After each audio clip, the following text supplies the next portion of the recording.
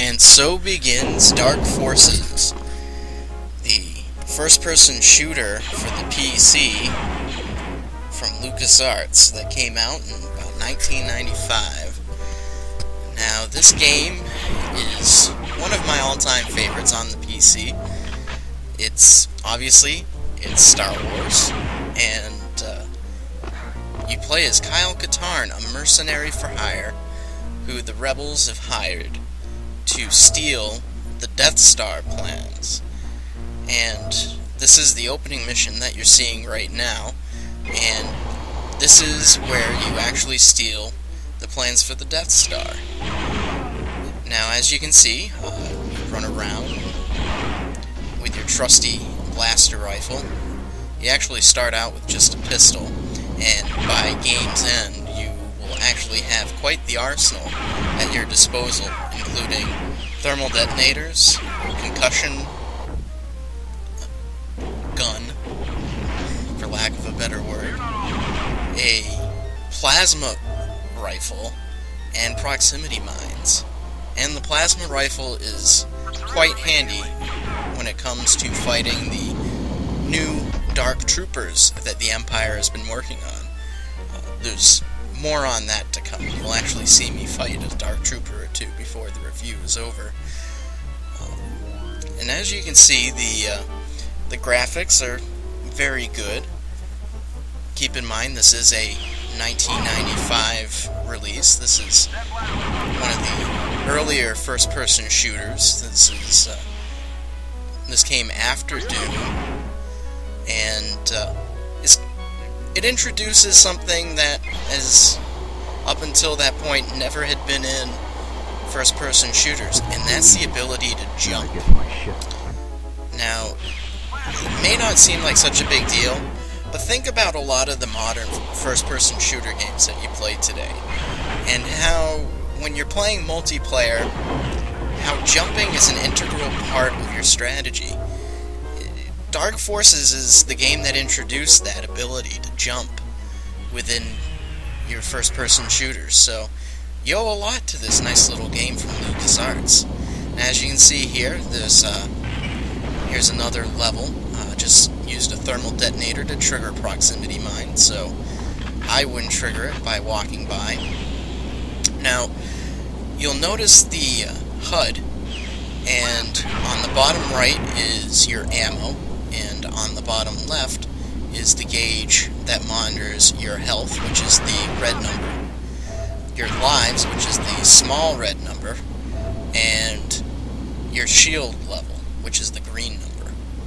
Now, obviously, if you run out of health, you die. And there's plenty of power-ups throughout the game that you can easily stay alive. Now, I haven't played this game in quite a while, so there are some instances where I end up dying. Like this sequence, for instance. I'm actually gonna go up against a Dark Trooper here in a second. And the Dark Troopers are introduced by the Empire in this game, and they're basically meant to be the ultimate stormtrooper. They're robots, and they basically never tire out.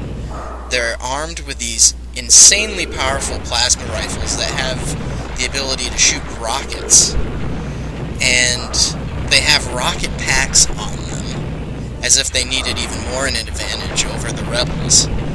And as you can see, I just got schooled by it. And they're overall incredibly challenging enemies to defeat, if for no other reason than just the fact that they have incredibly powerful weapons. They're not very smart, but then again, this is the Empire we're talking about, and they're not very smart to begin with. So, the story of Dark Forces, again, as I said, you're Kyle Katarn, and you're going up against the Empire, and the first mission is pretty much just a prologue. It's almost like with today's modern games having tutorials. It's just to get you used to how to play a Star Wars first-person shooter. The crux of the game, the crux of the story, is actually involving Kyle Katarn infiltrating a secret project that the Empire is working on called the Dark Trooper Project. And you end up coming across a lot of different characters and situations. As you're seeing right here, Kyle actually has been captured by Jabba the Hutt and is going to be forced to fight a Kill Dragon unarmed, which by no means is not an easy task. It requires strength, cunning, and a firm grip of the Force. Even though Kyle is not a Jedi in this game, he is in later games. If you've played Jedi Knight or Jedi Outcast or even Jedi Academy, those feature Kyle Katarn.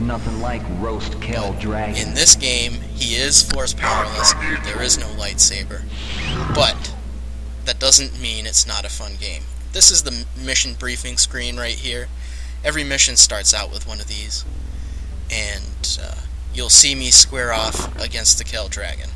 Let's just go ahead and watch real quick.